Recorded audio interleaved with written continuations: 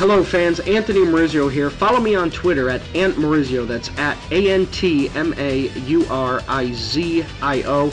I have exclusive audio coming your way here. It's with the executive producer of TNA Impact Wrestling, the WCW executive, Eric Bischoff.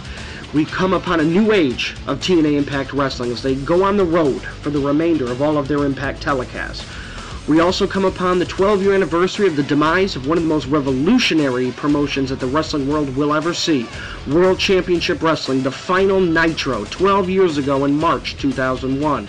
We touch upon the nWo. We discuss Bully Ray, the Aces and Eights, and the huge heel turn that's been 9 months till it reached this boiling point. We talk about the potential of Hulk Hogan being the world champion, and we talk about the competitor potentially borrowing some of the production techniques from TNA Wrestling and from Eric Bischoff's playbook itself. We touch upon Sting, we touch upon much more, so feel free to listen in and follow on Twitter when you're done. Check out Eric Bischoff, the executive producer of TNA, at eBischoff. Check out the president of TNA, Dixie Carter, at TNA Dixie. She gives her personal feelings on what Aces and Eights is doing, and she provides with news on the Impact Wrestling promotion. Also follow Lori Bischoff, Eric Bischoff's wife, who provides inspirational, sweet tweets to help enlighten your day. It's at Lori Bischoff, which is Loree Bischoff. Sit back, enjoy. This is a personal, candid phone conversation with the man himself, Eric Bischoff. Hello? Hello, Eric. Hey, how are you? Good, how you doing? Actually, I'm getting my ass kicked in Las Vegas with either the flu or some really bad allergies. I haven't been able to figure out which it is yet, but other than that, I'm doing great. Oh, nice. Well, how's Destiny doing? I haven't talked to her in a few weeks. She's got a long way to go. The last time I talked to her, she kind of re-injured herself, chased dogs around because her dogs were chasing horses, and she didn't really have any help there on the ranch where she lived, so she was forced to kind of do some things that she shouldn't have done and set her back, but I really haven't had a chance to talk to her in a couple of weeks. Oh, okay. Well, I definitely send my well wishes, and I hope she gets better very soon. Thank you. And want to start off by congratulating you with the Impact going on the road. Excellent. And yeah, it's been a long time coming. We've been kind of banging that drum since the day we got here, and it's just taken a while to make it make sense and allow it to make sense, and finally it is, and it has, and hopefully it will continue to for a long time, because it definitely changes the energy and the vibe of the show in a big way. Yeah, definitely. Probably could definitely tell the difference of a Chicago crowd versus the Impact Zone crowd. Yeah, well, I don't want to, bury too much the Impact Zone. The Impact Zone's been very good to TNA for a long time, and it was a necessary step in the evolution of that company. It all comes down to an economic model, and, shooting in a soundstage, it is a great way to, benefit from the economies of scale. I did it back in WCW when I had to with the worldwide syndicated program. Definitely. Because there was just no other way to financially be able to shoot the number of shows we needed to shoot given the market at that time. Yeah. And TNA has done the same thing for a long time now, but they've gotten to the point where they can take that risk and support it, and I think it'll pay off for them. I really hope it does. Definitely. No, you can definitely tell the difference in the energy level. And also want to congratulate you as well. Me and my wife are huge True TV fans, and the ratings debut for Chicago Hardcore Pawn, the 2.1 million, awesome. Biggest series launch ever, is it? Yeah, I believe so. And it's done really well. We're going to do season 2. I think we're in production on that right now. In fact, I know we are in Chicago, so a big part of our team is there, working hard. And another, great group of people. I had a chance to meet them all together when we were back in Chicago for the Impact event, and it's a great show. We've got a great team of people producing it. It's a great cast, and we're grateful. Definitely. No, I recall watching the debut of the original Hardcore Pawn episodes leading up to the debut of the Chicago show, and it was definitely great. I don't know if I should be congratulating you on this or not, Eric, but according to him, the potential signing of Buff Bagwell to TNA. I wouldn't I wouldn't hold my breath on that one. No, I actually first last week somebody sent me the link on Twitter to the Shining Wizards podcast where you said how you guys were talking, and then I read your subsequent response on Twitter. That was pretty good. Well, I mean, I like Mark. Don't get me wrong. I don't suggest there's any hostilities at all. Mark is I've always got along with Mark from the day I first met him to the day I left WCW. On a personal level, I really like Mark. And from what I've heard from others who know him and have seen him,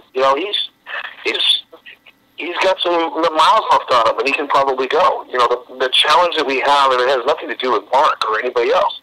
The challenge that we have at Impact and TNA has is there's only so much television real estate every week, and you can only dedicate so much time to so many characters in a meaningful way that gets them over.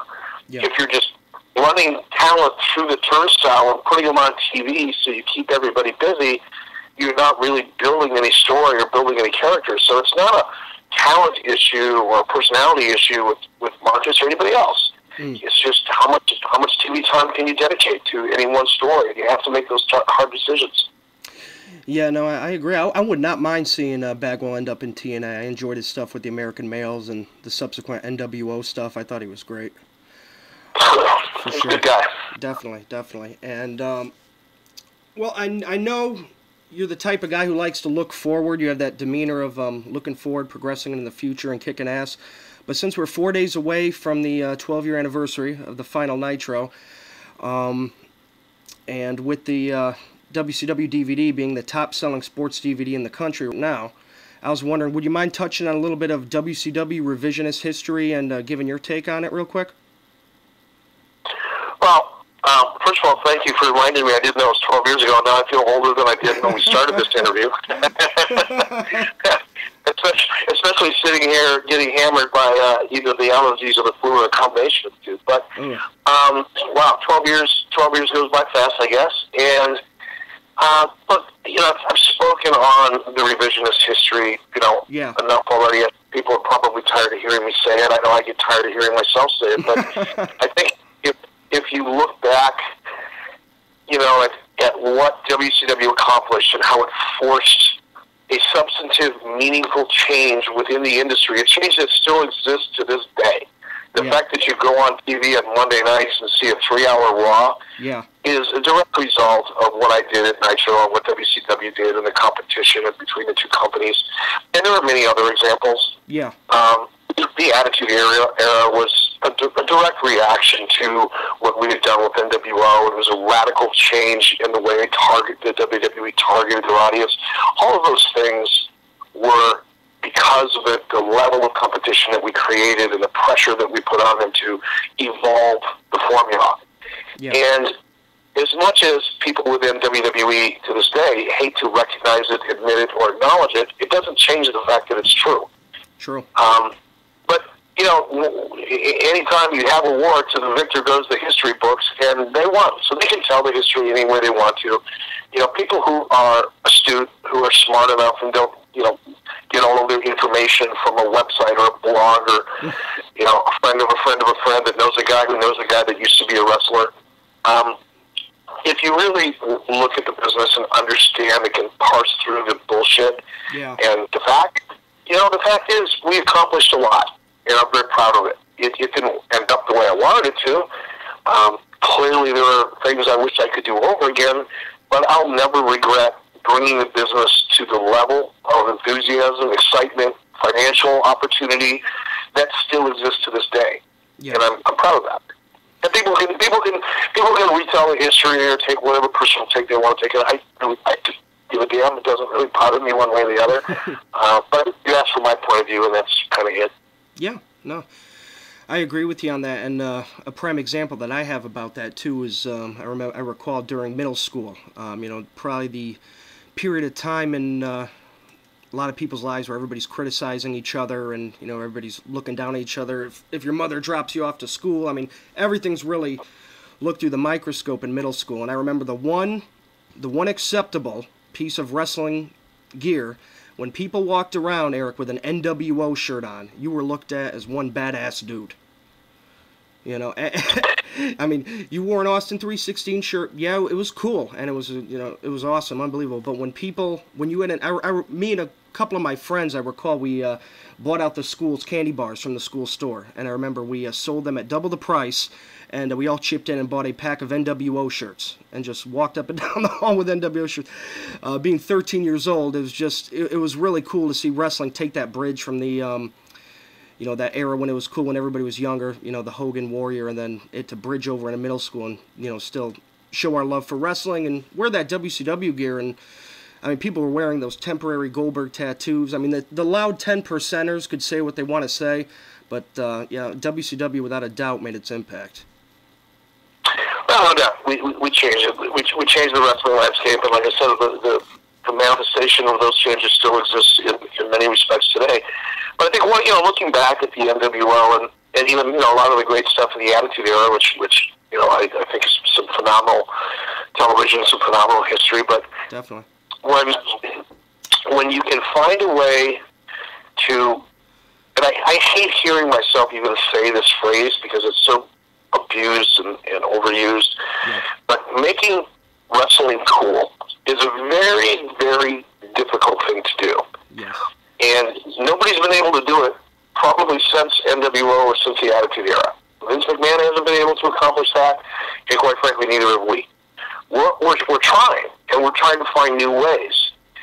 And one of the things that worked so well with nWo is because that nWo T-shirt, first of all, it was very simple. Yes. It didn't scream, I'm a wrestling fan. True. Because once you get outside of a wrestling arena, it's not always so cool to be a wrestling fan. Yeah. Out on the street, or out, you know, if you're older, you know, out in a club trying to get a date, or hanging out with your buddies. It's, you know, most wrestling apparel unfortunately screams, much like NASCAR does, hey, I'm a wrestling fan, or hey, I'm a NASCAR fan. Well, that's fine when you're at the track or when you're at the arena. Yes. But if you fly your colors, so to speak, and you're a huge wrestling fan, and you're wearing your Undertaker T-shirt or your, you know, AJ Styles T-shirt out at a club where you're trying to get hooked up, you're not going to last very long. And that's one of the reasons why the nWo brand worked so well, because it had an identity that every wrestling fan understood, but you could also wear it outside in a non-wrestling environment, and it still had a pretty cool message. People could put it together without even having to be a wrestling fan. True. And you know, that was one of the reasons it worked so well. And, you know, when we're able to capture that lightning in a bottle once again, I think it'll be fantastic. But to date, you know, no one's really been able to do that. No, yeah. The nWo definitely very revolutionary in the world of wrestling. But Aces and Eights lately drawing some real heat from the fans that I haven't really seen since the nWo days, to be honest, with the finish to Lockdown and the garbage being thrown into the ring. That must have been surreal to see that live. Yeah, it was an exciting moment because, you know, we certainly had talked about that. We had wondered if it was going to happen. You know, there was, you know, I'm not going to lie to you, there was some, you know, brief momentary chatter about perhaps helping that along. Yeah. And from a legal perspective, everybody realized that would be a really, really stupid idea. Yeah. And so then we just sat there and watched and, you know, waited to see how the crowd was going to react. And when they reacted with that much fervor and passion, I have to tell you, it was quite an exciting moment. It was quite an exciting moment. I was very happy to see that much emotion at the end of that match. Excellent. Yeah, it was, watching it at home on the couch, it was just great to watch that unfold. And you could tell from the emotion in Bully Ray's voice and everything that he was really digging at Hogan and Brooke, and it got the fans all riled up there. Well, it's relatable. You know, that story, you know, we laid that story out 9 months ago. Actually, we laid it out longer than that because we laid it out months before it started playing out on television. So that story, from a creative point of view, an actual conceptual point of view, is probably a year old. And we worked really hard at it. Now, we had to take some twists and turns along the way because situations changed, talent contracts were in jeopardy at certain points, and it forced us, like, injuries and life often does. You have to be able to be flexible with a story, but we were able to keep the premise of that story exactly on the rails we wanted it to be on. And to work that hard at something and to build that much depth into a story was something that, quite frankly, people can argue this all they want. I just don't give two shits. But I know for a fact that what we did is, in the effort, in the detail, and the meticulous way that we tracked that story for 9 months, I guarantee it isn't happening anywhere else. I guarantee it. Anybody that says it is has got their head up their rear end and isn't really paying attention. Or is, drinking their internet Kool-Aid. and to work that hard at something and to get the positive payoff, I'm sure Bully experienced a lot of emotion. Like, I'm jealous. I wish that could have been me. I wish I could have been in that ring getting that reaction along with him, because it's hard to come by, brother. It's hard to come by. Yeah, no, you could definitely tell that. I mean, even the little abstract things, like the night when Al Snow didn't show up for the gut check, and D'Lo substituted in to bring in Wes Briscoe on the contract, and just all the little marks of that storyline. Everything added up. Everything made sense. And honestly, that long of a build-up with a payoff, I mean, really, has it even been done since Sting dropped from the rafters and talked for the first time? I don't think so. I don't think it has either. And interestingly enough, I mean, I was kind of like the central architect of that story as well. And that story didn't have nearly the amount of depth and detail and planning. Yeah. That was really just us making a decision that, okay, we're going to keep this dude in the rafters and make him mysterious and scary for the next 12 months. Yeah. There was no storyline arc there. There was no, we knew where it was going to end up, or where we wanted it to end up.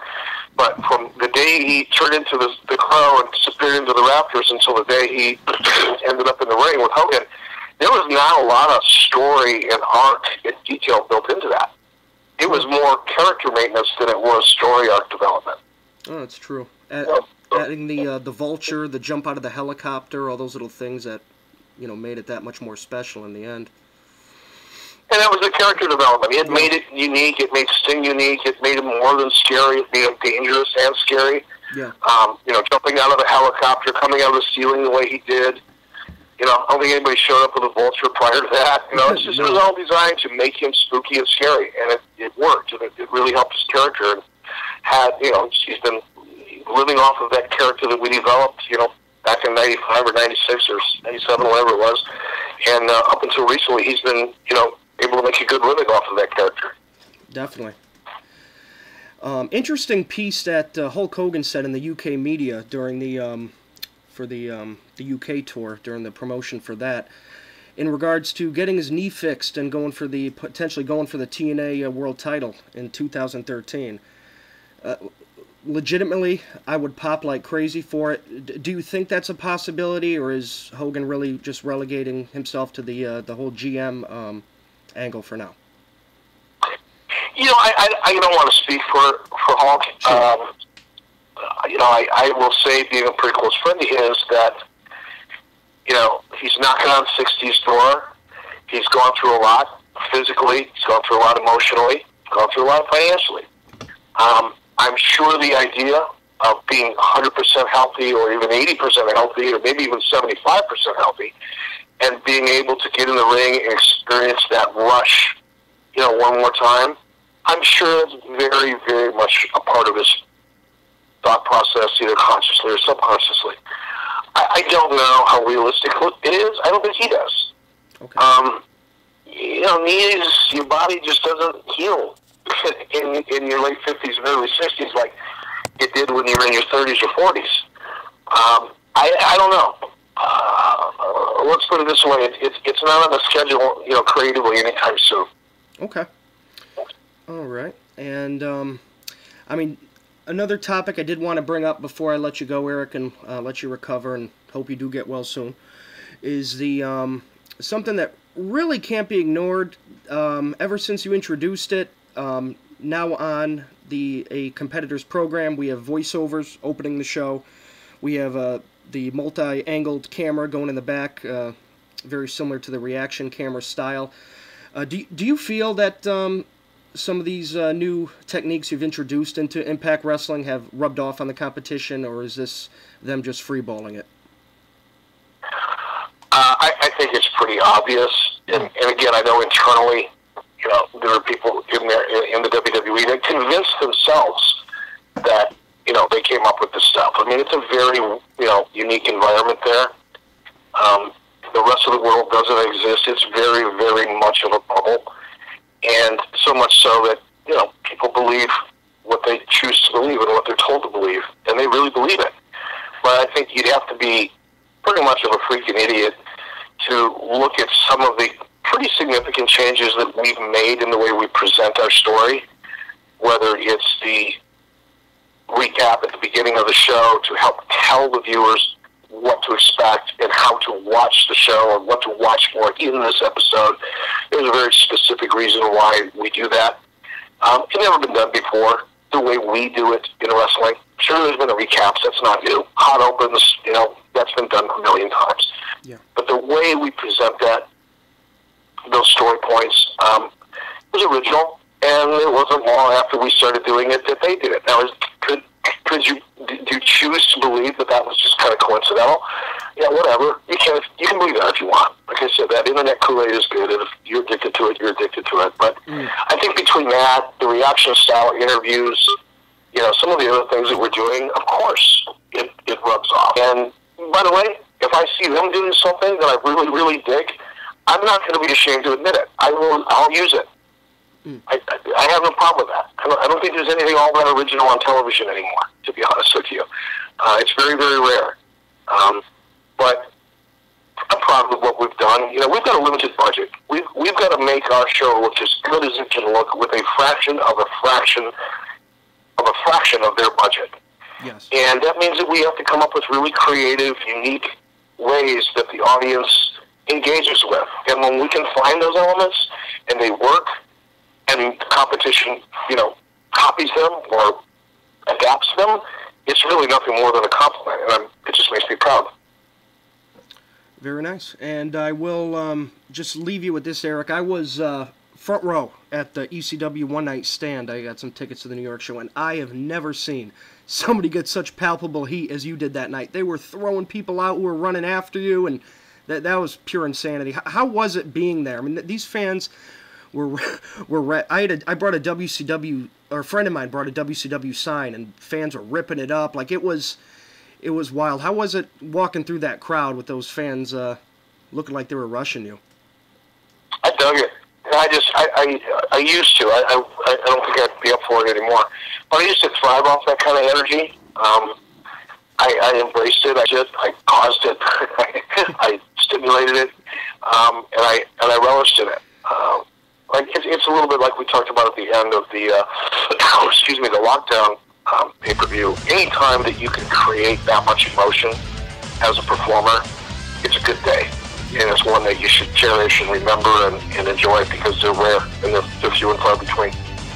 Excellent. Well, Eric, I do hope you get better soon. Send my well wishes to Destiny, and looking forward to Impact next week. All right, buddy. Take care. Thank you very much. My pleasure, Eric. Thank you.